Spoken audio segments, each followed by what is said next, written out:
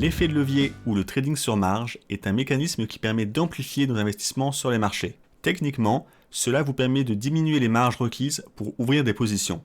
Avec un levier x10 par exemple, vous pourrez ouvrir une position de 100 € juste en possédant 10 € de capital réel. Mais alors je peux dépenser plus d'argent que mon capital? Comment c'est possible? C'est ici qu'intervient votre sémillant courtier. La main sur le cœur, ce dernier sera ravi de vous prêter de l'argent afin de vous permettre d'augmenter vos mises sur le marché. Le fait que ces commissions soient proportionnelles au montant que vous tradez suffit à le rendre heureux. À présent, prenons un cas concret pour illustrer l'effet de levier sur le marché. Nous allons nous baser sur Binance qui propose un effet de levier de 125 sur certains marchés. Pour simplifier l'exemple, je vais employer un levier x100 sur le marché et disons que je possède un capital de 1 Bitcoin sur mon compte de trading. Grâce à ce levier de x100, je peux donc acheter une position à 100 Bitcoin. Imaginons que le cours monte de 10%. Je gagne donc 10% de 100 Bitcoin, soit 10 Bitcoin de gain total. Cela m'a permis de multiplier par 10 mon capital en un seul trade. Vu comme cela, l'effet de levier peut sembler incroyable. Les gains sont multipliés. Mais voyons aussi l'envers du décor.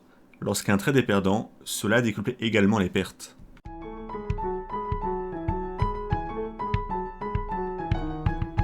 What's wrong? Il est indispensable de bien maîtriser son effet de levier. C'est la première cause de perte chez les débutants.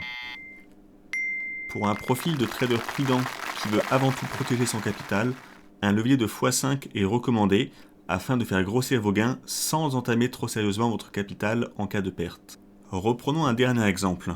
Je souhaite investir 200 € sur le marché avec un levier x5.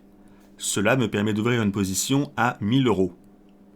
Cela induit que si jamais mon actif perd 3%, j'aurai alors perdu 3% x 5, mon effet de levier, soit 15% de mon investissement. Au final, j'aurai donc perdu 30 € sur mes 200 € investis. Voyons la formule pour savoir combien on peut gagner ou perdre en fonction du levier qu'on va employer. Prenez votre levier, par exemple x5, x25 ou x50, multipliez-le par le pourcentage de variation de votre actif, par exemple plus 10% ici, et vous obtenez le pourcentage de gain que vous avez réalisé par rapport à votre position initiale sans levier. Gardez bien à l'esprit que cela s'applique également si les cours avaient baissé de 10%. On voit d'ailleurs que mathématiquement parlant, on pourrait perdre plus que 100% de son capital investi si on abusait de levier. Dans les faits, cela n'arrive pas. Lorsque le solde de votre position arrive à 0, votre broker coupera automatiquement le trade afin de ne pas pouvoir être en négatif. D'un autre côté, si le solde de votre position arrive à 0, cela sera l'occasion de revisionner ce tuto, car vous aurez probablement et malheureusement trop abusé de levier.